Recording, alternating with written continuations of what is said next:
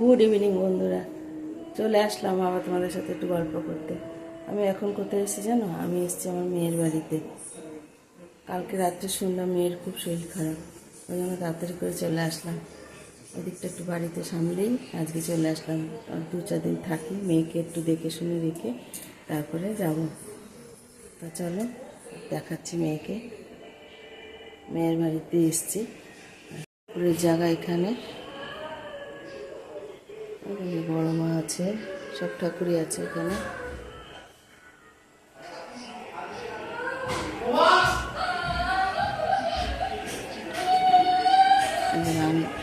এখানটার কিচেনটা,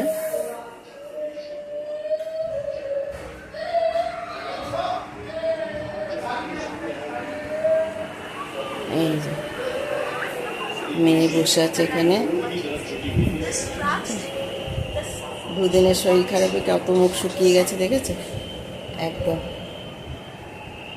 আর এই যে আম নিয়ে এসেছি, দাদু আম কিনে পাঠিয়েছে, আম নিয়ে এসেছি, তাই এখন বসে বসে খাচ্ছে।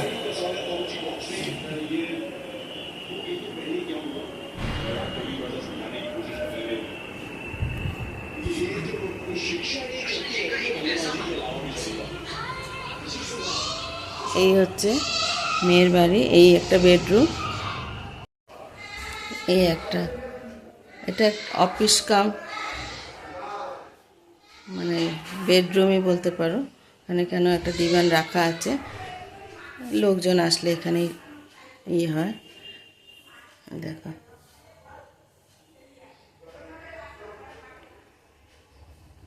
আসলে মেয়ে অসুস্থ হয়ে রয়েছে দেখে ঘর দৌড় আর কিছু গুছিয়ে উঠতে পারেনি। বাচ্চা নিয়ে কী করে কী করবে, এই জন্য ঘর দৌড়ের এই অবস্থা। যাই হোক, এসে গেছি যখন 2 দিন থেকে আবার একটু গুছিয়ে দিয়ে যাই।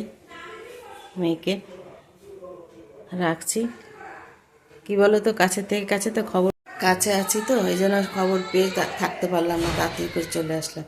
এই যে ওই দূরে থাকতাম, কানে শুনতাম, মন খারাপ হতো, আসতে পারতাম না, তাই না? ওই জন্য দেখো কাছে থাকাও মানে কতটা ভালো, কাজে লেগে যায়। আগের সময় আমি দূরে থাকলে মেয়ের বাড়ি যেতাম, গিয়ে 2 দিন থাকতাম, কিন্তু এখন বিপদের সময় বোঝা যায় যে না, দূরের থেকে কাছে আছে খুব ভালো। চট জলদি আমি চলে আসতে পারলাম, দূরে হলে তো যেতে পারতাম না। যাই হোক, রাখছি, টাটা। তোমরা সবাই ভালো থেকো, সুস্থ থেকো, আবার পরে তোমাদের সাথে দেখা হবে, টাটা।